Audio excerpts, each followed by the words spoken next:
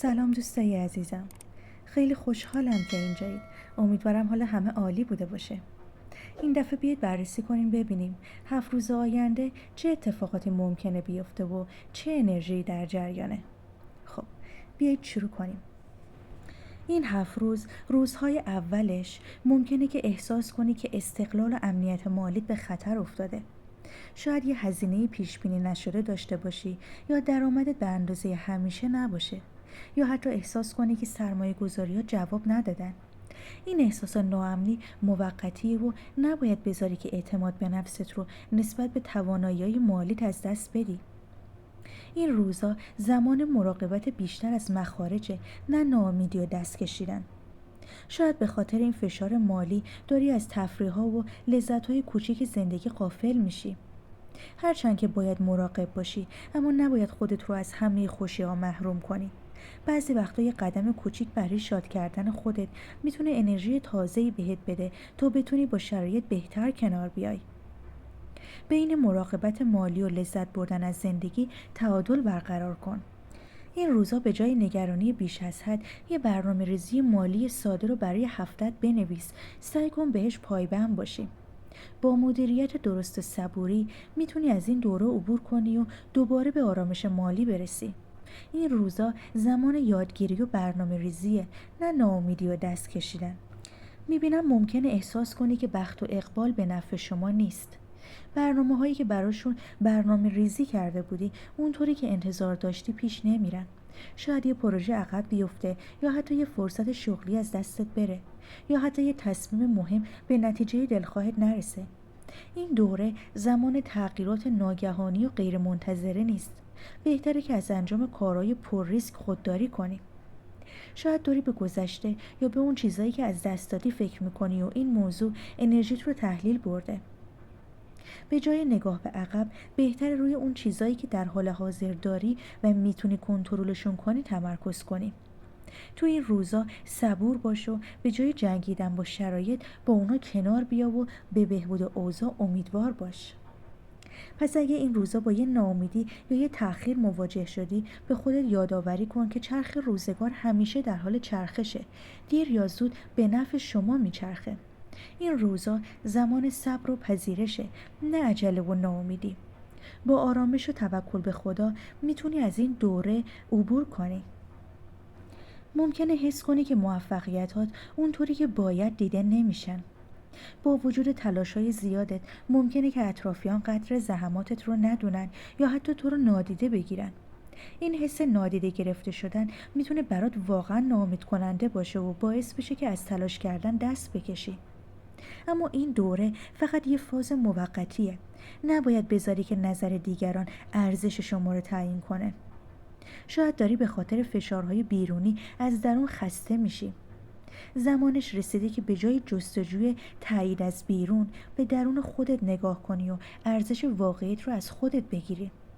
با خودت مهربون باش و به تواناییات ایمان داشته باش، حتی اگه دیگران اونا رو نمیبینن. پس اگه این روزا احساس کردی که نادیده گرفته شدی، یه کار کوچیک برای خودت انجام بده که بهت یادآوری کنه چقدر ارزشمندی. با صبر و اعتماد به نفس میتونی از این دوره عبور کنی و دوباره بدرخشی. این روزا زمان خودباوریه، نه وابستگی به تایید اطرافیان. میبینم یه خبر خوب در زمینه کار و پول به دستت میرسه. یه فرصت شغلی یا مالی جدید با سرعت آروم اما مطمئن در حال نزدیک شدن به شماه. شاید یه پیشنهاد کاری، یه قرارداد جدید یا حتی یه راهکار مالی که بتونه اوضاعتون رو بهبود بده. این فرصت پایدار و بلند مدته و اگر اون رو قبول کنید میتونه آینده مالیتون رو واقعا متحول کنه. برای بهره بردن از این فرصت باید صبور و پیگیر باشی. این موفقیت یه شبه به دست نمیاد. باید تلاش مستمر و برنامه‌ریزی دقیق داشته باشی. با پشتکار و حوصله به سمت هدفات حرکت کن و نذار که ناامیدی‌های موقتی تو رو از مسیر اصلی دور کنه.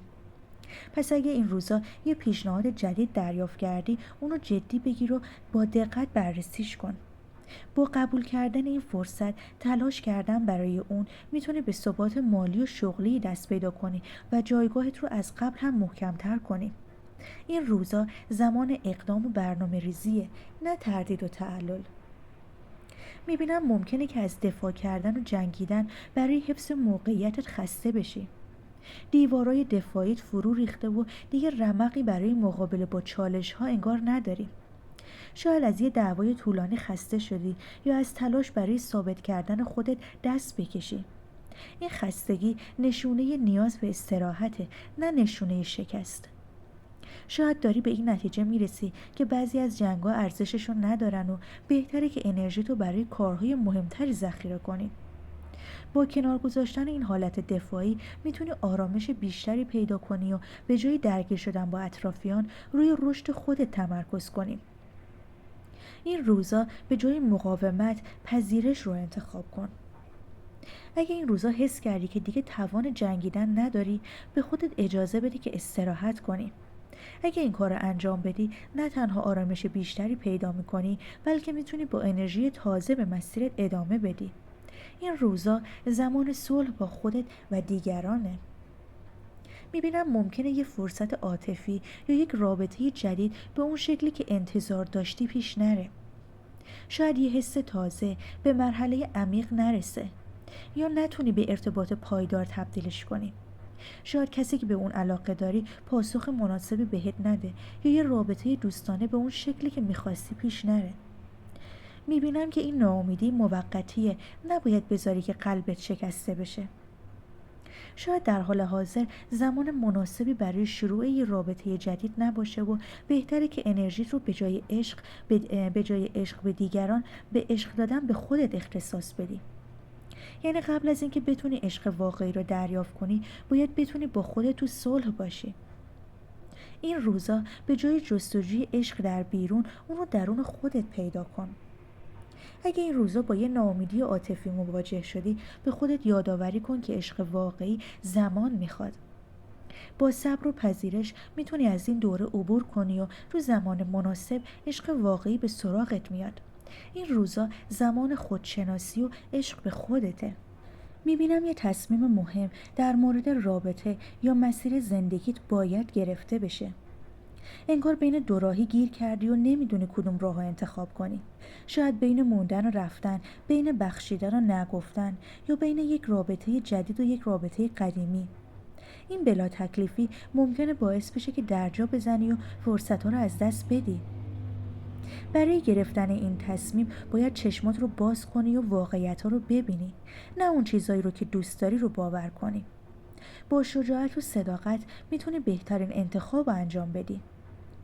کائنات ازت میخواد که به جای ترس از اشتباه به این فکر کنی که کدوم مسیر با ارزش‌ها و هدف‌های بلند مدتت هماهنگ‌تره. پس اگه این روزا توی یک دوراهی قرار گرفتی، با خودت رو راست باش و به جای نگاه به ترسات به واقعیت نگاه کن. با شجاعت و صداقت میتونی انتخاب درست رو انجام بدی و به آرامش برسی. در ادامه باید بین چند تا مسئولیت مالی یا کاری تعادل برقرار کنی. ممکنه چند تا پروژه همزمان داشته باشی یا بین کار و زندگی شخصی نیاز به مدیریت دقیقی داشته باشی. اگه بتونی بین این مسئولیت‌ها تعادل برقرار کنی، میتونی خیلی خوب از پس همه اونا بر بیای، حتی از این چنگانگی لذت هم ببری. انعطاف پذیری کلید موفقیت توی این روزاست. با تغییر برنامه‌ها و سازگاری با شرایط جدیدت میتونی از پس همه کارها بر بیای بدون اینکه تحت فشار قرار بگیری. به جای استرس با آرامش و برنامه‌ریزی مسئولیت‌هاتو مدیریت کن. اگه این روزا حس کردی که غرق توی مسئولیت‌ها شدی، یه برنامه روزانه بنویس و اولویتاتو مشخص کن. با مدیریت درست و انعطاف پذیری میتونی از این دوره خیلی خوب عبور کنی و حتی از این چنگانگی لذت ببری. در پایان این 7 روز ممکنه که احساس کنی که به یه هدف بزرگ که مدت‌ها براش تلاش می‌کردی نرسیدی. یعنی شاید یه پروژه یا یه دوره از زندگیت به نتیجه دلخواهت نرسیده باشه و این موضوع برات ناامید کننده باشه. این نرسیدن اصلا به معنی شکست نیست، به معنی اینه که مسیرت نیاز به یه بازنگری داره. شاید عجله داشتی و برای رسیدن به هدفت بعضی از مراحل رو نادیده گرفتی. بهتره به جای ناامیدی به این فکر کنی که چه چیزی رو میتونی اصلاح کنی و چطوری میتونی مسیرت رو برای رسیدن به موفقیت بهبود ببخشی. کائنات ازت میخواد که از این تجربه درس بگیری و با انرژی تازه‌ای به مسیرت ادامه بدی. پس اگه این روزا با یه ناامیدی روبرو شدی، به خودت یادآوری کن که هر پایانی یه آغاز جدیده. با صبر و بازنگری شرایطت میتونی مسیرت رو اصلاح کنی و به موفقیت بزرگتری برسی. تو این 7 روز ممکنه که یه پیام عاطفی یا یه حس جدید رو به درستی دریافتش نکنی. یعنی شاید یه پیشنهاد عاطفی رو رد کنی یا نتونی احساسات دیگران رو به درستی درک کنی. تو این روزا ممکنه به خاطر سردرگمی یا خستگی از دریافت کردن عشق و مهربونی غافل بشی و این موضوع باعث فاصلت با دیگران میشه. شاید داری از یک رابطه یا یه احساس جدید فرار میکنی چون نمیخوای آسیب ببینی. بهترین کار تو این روزا اینه که با قلبی باز و بدون ترس به استقبال احساسات تازه بری. به خودت اجازه بدی که دوباره عاشق شدن رو تجربه کنی. کائنات ازت میخواد که توی این روزا به جای بسته شدن باز شدن رو انتخاب کنی. پس اگه این روزا حس کردی که از یک رابطه یا احساس جدید فاصله میگیری، یه بار دیگه بهش فکر کن. با پذیرش و مهربونی میتونی ارتباطات عمیق‌تری رو با دیگران برقرار کنی و از زندگی لذت بیشتری رو ببری. پایان این 7 روز ممکنه در مورد آینده شغلی یا مالیت احساس سردرگمی کنی. یعنی نمیدونی کدوم مسیر رو انتخاب کنی و این بلا تکلیفی باعث میشه که درجا بزنی و فرصت‌ها رو از دست بدی. میبینم برای رهایی از این سردرگمی بهتره به جای فکر کردن بیش از حد یه قدم عملی برداری و ببینی چه اتفاقی میفته. شاید به خاطر ترس از شکست از تصمیم گیری فرار کنی. بعضی وقتا بهترین کار اینه که با وجود ندونستن همه جزئیات شروع کنی و راهتو حین حرکت پیدا کنی. به جای تعلل کردن اقدام کن و به تواناییات برای پیدا کردن مسیر درست اعتماد داشته باش. اگه این روزا حس کردی که یه بنبست شغلی یا مالی گیر کردی، یه قدم کوچیک به سمت جلو بردار. با این اقدام عملی میتونی از سردرگمی خارج بشی و راه درست رو پیدا کنی. دوستای عزیزم، واقعا امیدوارم براتون جذاب بوده باشه. ممنونم از کسایی که ویدیوها رو لایک میکنن، کامنت میذارن و کانالمو سابسکرایب میکنن. ممنونم که تا انتهای ویدیو همراه هم بودید. انرژی خونی های بعدی میبینمتون.